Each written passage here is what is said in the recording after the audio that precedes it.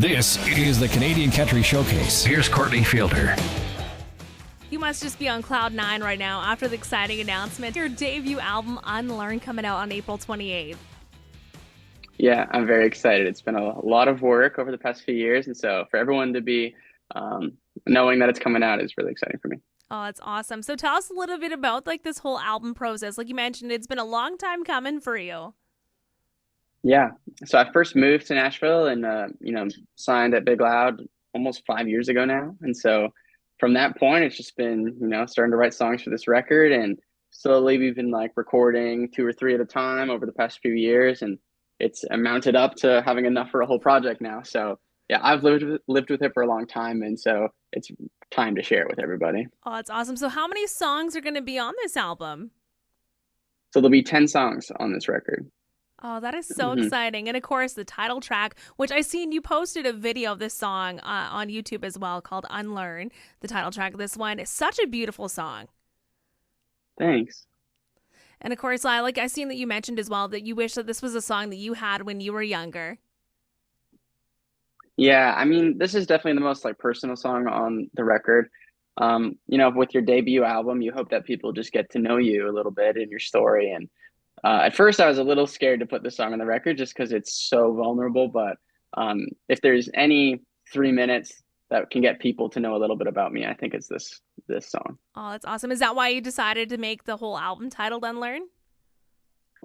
Yeah, I mean, it was one of those things where, if we're going to have a first impression be anything, I wanted it to be this song. And I think naming the project this will, maybe intrigue people to click on that song and learn a little bit about me. And yeah, it's also just a cool one word, unlearn. You don't hear it a lot. And I'm really fascinated by words like that are kind of like Dr. Seuss-y almost. They're not like regular language, but everyone knows what they mean. And so those are always interesting to me.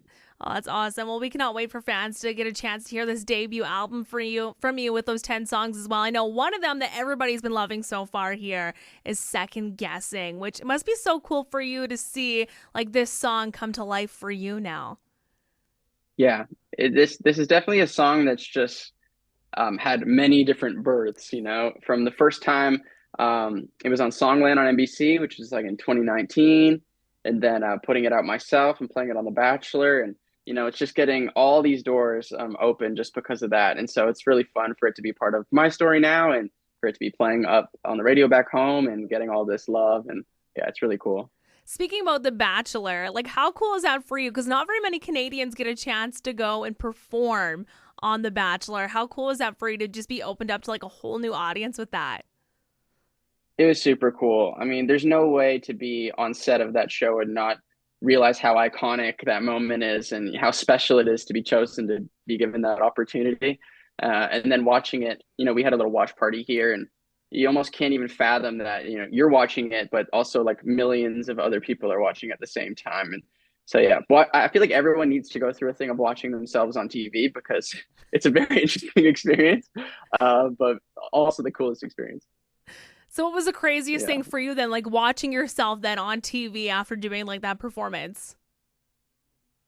It was just cool to see it all come to life because, it looks one way when you're actually performing it and you see all the lights and cameras and stuff, but they've been doing that show so long and they've just nailed that whole process. And so the way that they incorporate the couple in with you, and, I couldn't hear what the couple was saying to each other and the moment they were having when I was performing. So to see how it was affecting them while I was doing my thing was really special. Oh, that is so awesome. I'm sure you're going to have many more exciting moments like that to come, including as well, not only a fantastic singer yourself with all of your projects that you're releasing, but also an amazing songwriter. You have written so many songs for so many artists over the years.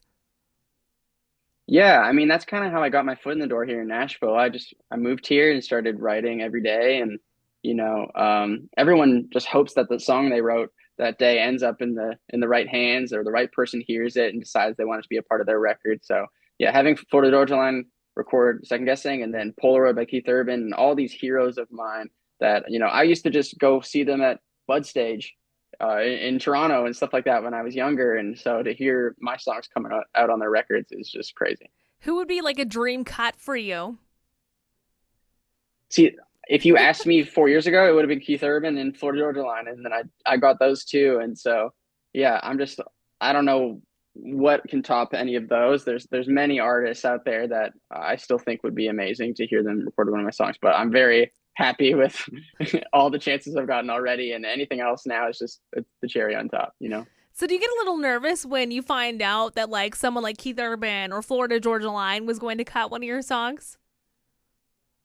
Yeah, like a whole roller coaster of emotions goes through your body because, you always believe in your songs, but especially when you're a fan of an artist too, it's like hard to believe that, what you wrote, they think is better than what anything they've written, or they think it's so special it should be a part of their thing. So you hope that, you obviously know they're going to do a great job and they're going to produce it really well and sing it perfectly, but you hope that it lives up to what they imagine their song should be like. You know what I mean?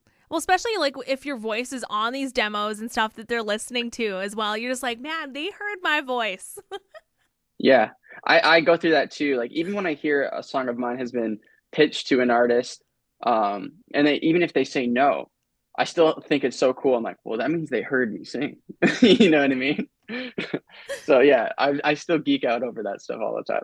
Oh, that's awesome. Well, and like I Yeah. mentioned earlier, people just cannot wait. I know I've seen so much excitement from the Griffen Palmer fans and everything about your debut album. If there was one thing you could say to them about this album, what would you say to them about it? Um, I think I would just, let them know that this is just like really a chapter of the last 5 to 10 years of me growing up. Most of the themes on this record just are about, me moving away to school and just learning about myself and meeting a ton of new people for the first time and seeing how they live and how they've grown up and, you know, just the process of being young and finding your way, I feel like is what this record's all about. Oh, that's awesome. And speaking about school and everything, sports also a big part of your life, hey? Yeah, yeah. I got a scholarship to go play rugby at Bowling Green State University. So I moved to Ohio when I was 17 and lived there for 5 years. And then moved home for a year, worked at a restaurant to try to find my bearings and figure out how to get to Nashville and then moved back to Nashville. So the last, like, what is that now? Like almost 10 years of my life, I've been here in the States just trying to make this thing happen.